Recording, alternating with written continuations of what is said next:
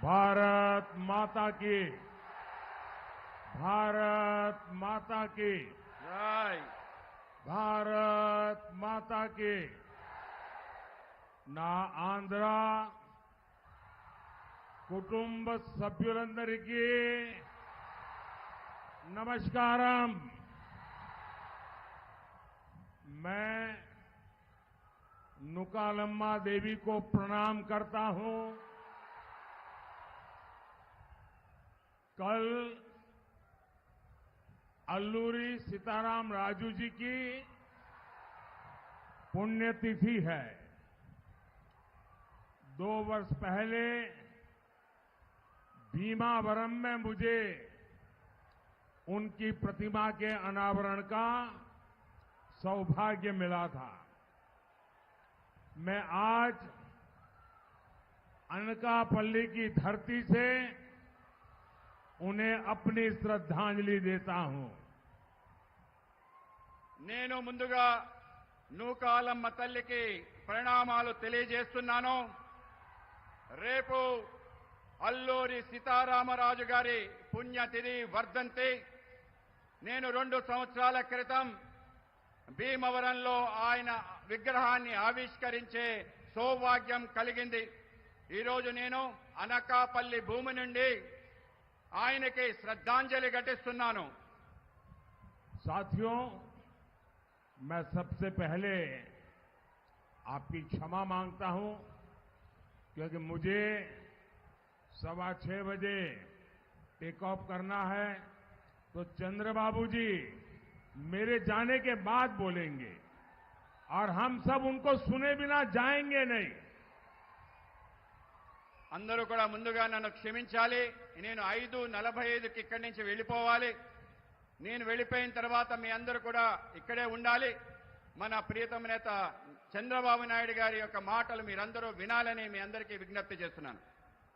साथियों, अनकापल्ली में बेल्लम और तेलुगु दोनों की अद्भुत मिठास है. 4 जून को ये मिठास और बढ़ने वाली है.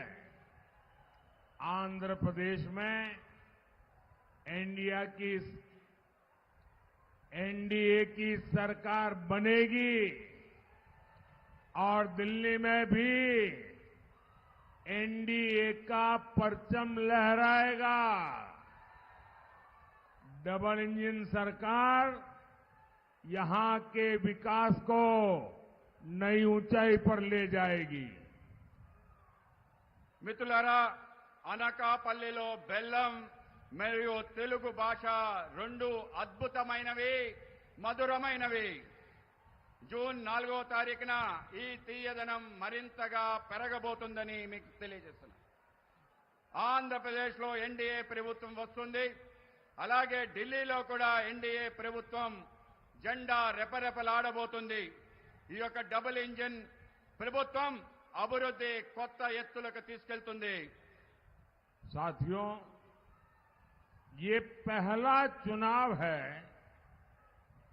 जो विकसित आंध्र प्रदेश, विकसित भारत के विश्वास पर लड़ा जा रहा है. आज भारत दुनिया की 5th लार्जेस्ट इकोनॉमी है. आज भारत चंद्रमा के दक्षिण ध्रुव पर पहुंचने वाला पहला देश बना है. आज पूरी दुनिया में भारत का सम्मान बढ़ा है. ये गौरव हर भारतवासी का सीना गर्व से चौड़ा कर रहा है. हमारे आंध्र प्रदेश से तो बड़ी संख्या में प्रवासी भारतीय बाहर रहते हैं. अब वहां उनकी भी पहचान एक प्रकार से सम्मान से भरी हुई हो रही है. అభివృద్ధి చెందిన ఆంధ్రప్రదేశ్, అభివృద్ధి చెందిన భారత్ అనే విశ్వాసం పైన పోటీ జరుగుతున్న మొట్టమొదటి ఎన్నిక ఇది. ఈరోజు భారత్ ప్రపంచంలోనే 5వ అతిపెద్ద ఆర్థిక శక్తిగా ఆవిర్భవించింది. ఈరోజు చంద్రమండలం దక్షిణ ధ్రువంపై మొట్టమొదటిసారి చేరిన దేశంగా భారతదేశం అవతరించింది. ఈరోజు మొత్తం ప్రపంచంలోనే భారతదేశం యొక్క గౌరవం పెరుగుతుంది. ఈ గౌరవం ప్రతి భారతీయుడు ఛాతీ గర్వంతో ఉప్పొంగేలా చేస్తుంది. మన ఆంధ్రప్రదేశ్ నుండి అనేక మంది ప్రవాస భారతీయులు అధిక సంఖ్యలో బయట నివసిస్తున్నారు. ఇప్పుడు అక్కడ వాళ్ళకి గుర్తింపు గౌరవం దక్కుతుంది. साथियों, पहले नेता वोट मांगने जाते थे तो जनता काम का हिसाब पूछती थी, लेकिन अब मोदी हिसाब देता है और जनता मुहर लगाती है. यहां अनकापल्ली से आनंदपुरम तक 6 लेन का हाईवे बना है. रायपुर विशाखापट्टनम एक्सप्रेसवे का निर्माण हो रहा है. 2014 तक आंध्र प्रदेश में 4000 किलोमीटर नेशनल हाईवे थे. आज करीब करीब 9000 किलोमीटर हाईवेज आंध्र प्रदेश में है.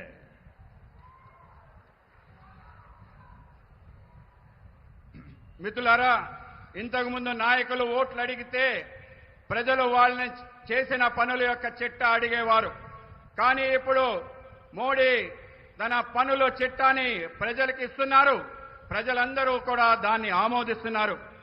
ఇక్కడ అనకాపల్లి నుండి అనంతపురం వరకు 6 రోడ్ల జాతీయ రహదారి నిర్మించాం. రాయ్పూర్ నుండి విశాఖపట్నం వరకు ఎక్స్ప్రెస్ హైవేని నిర్మాణంలో ఉంది.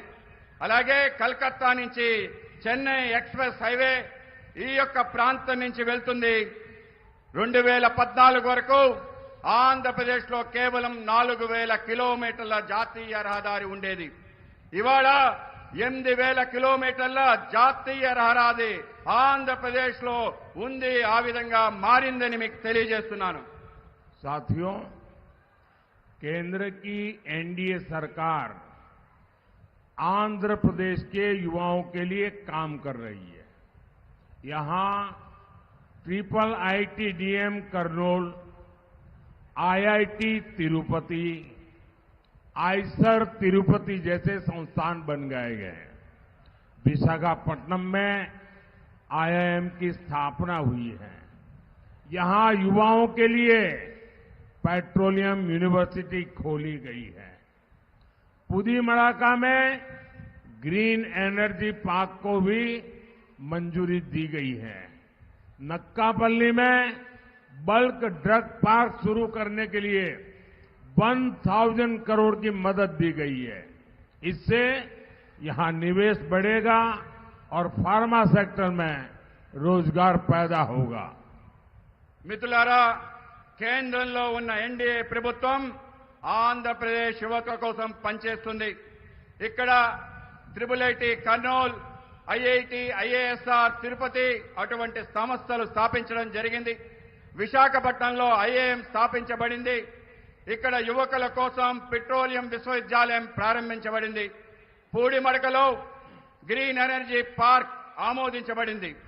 నెక్కపల్లిలో బల్క్ డ్రగ్ పార్క్ ప్రారంభించేందుకు 1000 కోట్ల సాయం అందించడమైంది.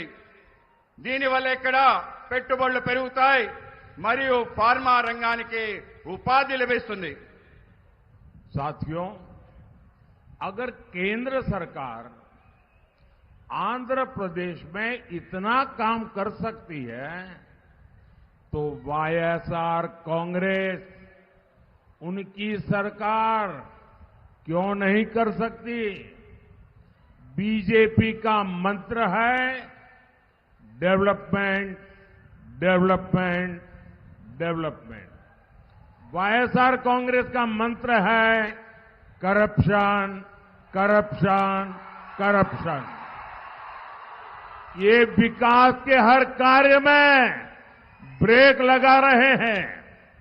हमने विशाखापट्टनम को अलग रेलवे जोन बनाने की मंजूरी दी, लेकिन राज्य सरकार रेलवे मुख्यालय के लिए जमीन नहीं दे रही है। మిత్రులారా, ఆంధ్రప్రదేశ్లో కేంద్ర ప్రభుత్వం అనేక పనులు చేస్తుంది.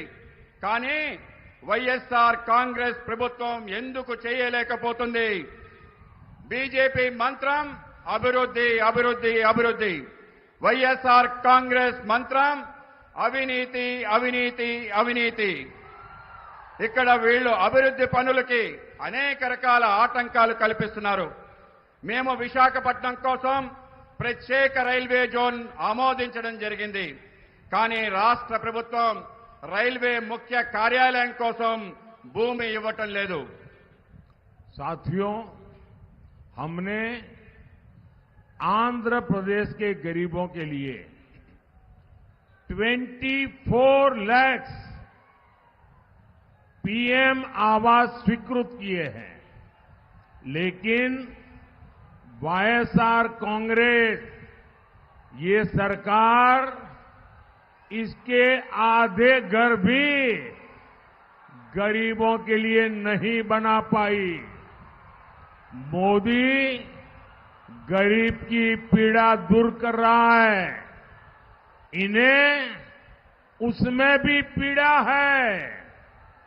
इनका एक ही एजेंडा है, जहां करप्शन नहीं वहां काम नहीं। ఆంధ్రప్రదేశ్లో పేదల కొరకు 21 లక్షలు ప్రధానమంత్రి ఆవాస గృహాలు మంజూరు చేశాం. కానీ వైఎస్ఆర్ కాంగ్రెస్ ప్రభుత్వం దాంట్లో సగం కూడా పేదలకి ఇల్లు ఇవ్వలేదని మీకు తెలియజేస్తున్నాను. మోడీ పేదల బాధలు తీరుస్తున్నాడు, కానీ వాళ్లకు బాధలు తొలగిస్తున్న బాధ కలుగుతుంది. వాళ్ళది ఒకటే ఎజెండా. ఇక్కడ అవినీతి ఎక్కడ ఉంటుందో అక్కడ పని ఉండదు. साथियों, उत्तर आंध्रा सुजला सरवंती इरिगेशन प्रोजेक्ट यहां की राज्य के वर्क कल्चर का बहुत बड़ा उदाहरण है।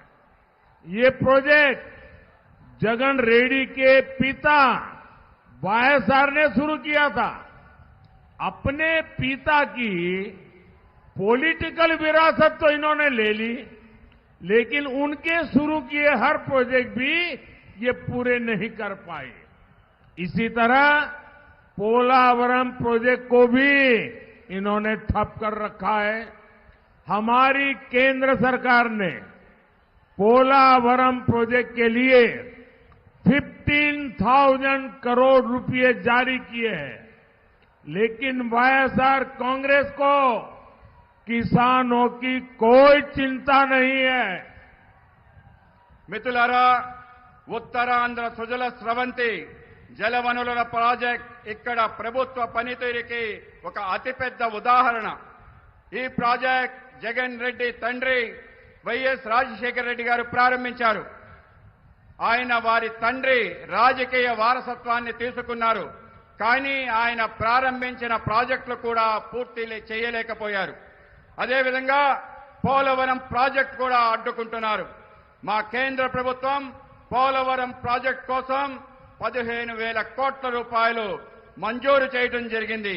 కానీ వైఎస్ఆర్ ప్రభుత్వానికి రైతుల గురించి పట్టింపే లేదు.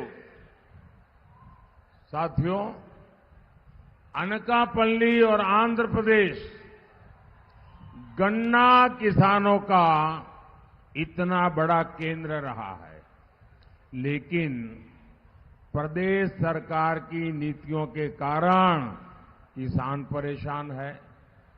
किसान गन्ना उगाना छोड़ रहे हैं। इस इलाके में अधिकांश चीनी मिलें बंद हो गई है।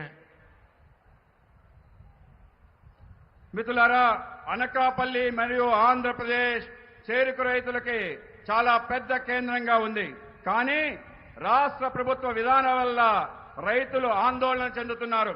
రైతులు చెరుకు పంటను పండించడం మానుకుంటున్నారు. ఈ ప్రాంతంలో చాలా చక్కెర పరిశ్రమలు మూతబడ్డాయి.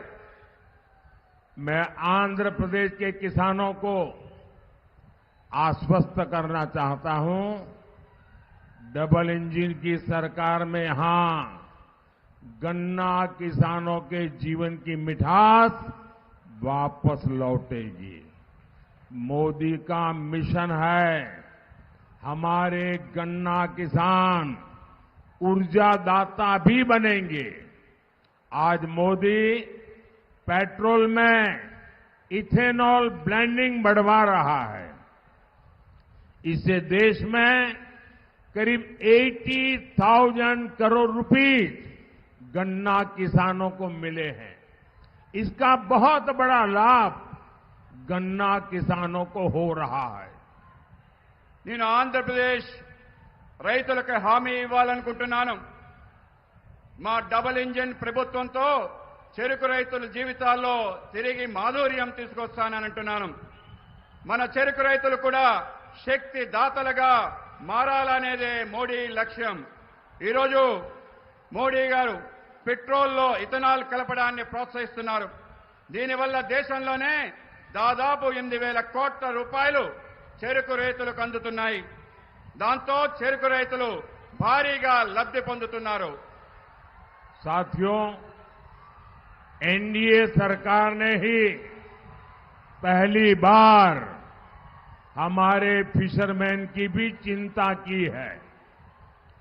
हमने फिशरीज सेक्टर के लिए अलग मंत्रालय शुरू किया। हमने फिशरमैन को किसान क्रेडिट कार्ड की सुविधा दी। बीजेपी ने अपने संकल्प पत्र में गारंटी दी है कि फिशरीज सेक्टर से जुड़े भाई बहनों के लिए बीमा कवरेज बढ़ाया जाएगा। हम फिशरीज से जुड़े प्रोडक्शन और प्रोसेसिंग क्लस्टर भी बढ़ाएंगे। हम फिशरमैन की आय बढ़ाने के लिए ऑर्गेनिक सीवीड की खेती को भी बढ़ावा देंगे। మిత్రులారా, ఎన్డీఏ ప్రభుత్వం తొలిసారిగా మత్స్యకారుల కోసం ఆలోచించింది. మేము మత్స్యకార రంగాని కోసం ప్రత్యేకమైన మంత్రిత్వ శాఖని ప్రారంభించాం. మేము మత్స్యకారులకు కిసాన్ క్రెడిట్ కార్డ్ సౌకర్యాన్ని కల్పించాం.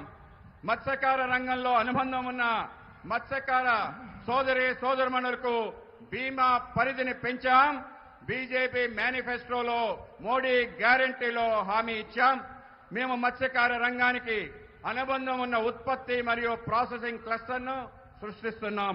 మేము మత్స్యకారుల ఆదాయం పెంచేందుకు సేంద్రియ సీవీడ్ సాగును కూడా ప్రోత్సహిస్తున్నాం. साथियों, आज आंध्र प्रदेश के लोग कह रहे हैं कांग्रेस गई, वाईएसआर कांग्रेस आई, लेकिन फायदा कुछ नहीं हुआ। कांग्रेस हो या वाईएसआर कांग्रेस, दोनों की एक ही पहचान है। इनकी पहचान है बेलगाम भ्रष्टाचार। इनकी पहचान है माफिया राज। बगल में ही कर्नाटका में कांग्रेस को कुर्सी मिली है, वहां टैंकर माफिया, लैंड माफिया सरकार चला रहे हैं। यहां आंध्र प्रदेश में भी सैंड माफिया, लैंड माफिया और शराब माफिया का राज चल रहा है। आपको इस लूट से आंध्र प्रदेश को मुक्त कराने के लिए एनडीए की सरकार चुननी है। మిత్రులారా, ఈరోజు ఏపీ ప్రజలు అంటున్నారు కాంగ్రెస్ పోయింది, వైఎస్ఆర్ కాంగ్రెస్ వచ్చింది, అయినా ఏమీ ప్రయోజనం లేదని. కాంగ్రెస్ అయినా వైఎస్ఆర్ కాంగ్రెస్ అయినా ఇద్దరికి ఒకటే గుర్తింపు. వాళ్ళ గుర్తింపు హద్దులు లేని అవినీతి. వాళ్ళ గుర్తింపు మాఫియా రాజ్యం. మన పక్క ఉన్న కర్ణాటకలో కాంగ్రెస్ సీటేసి కూర్చుంది.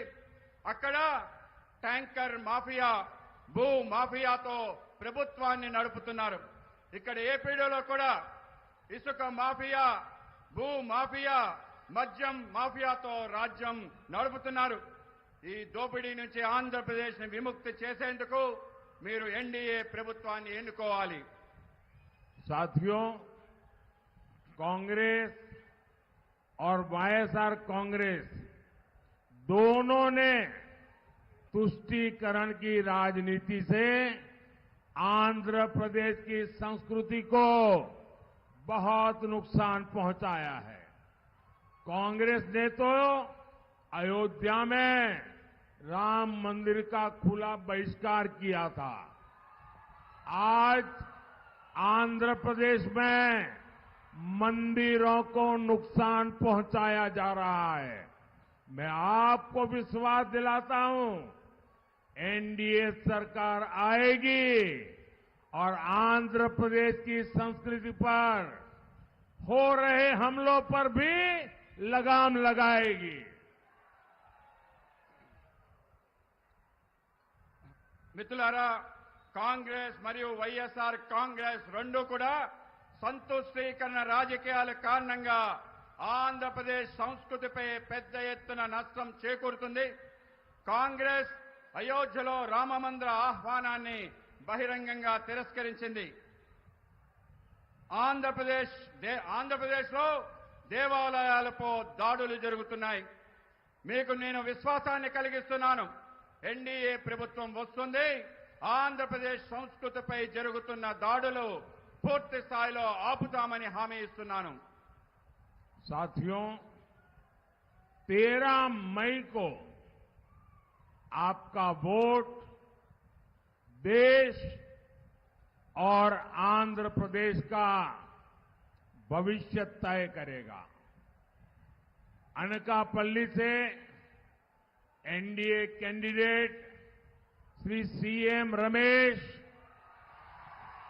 विशाखापट्टनम से श्री मुथुकुमिल्ली भारत जी, अरकू से श्रीमती कोथापल्ली गीता जी और विजयनगरम से श्री कली शेट्टी अप्पल नायडू जी, उनको भारी वोटों से जीता करके दिल्ली भेजिए।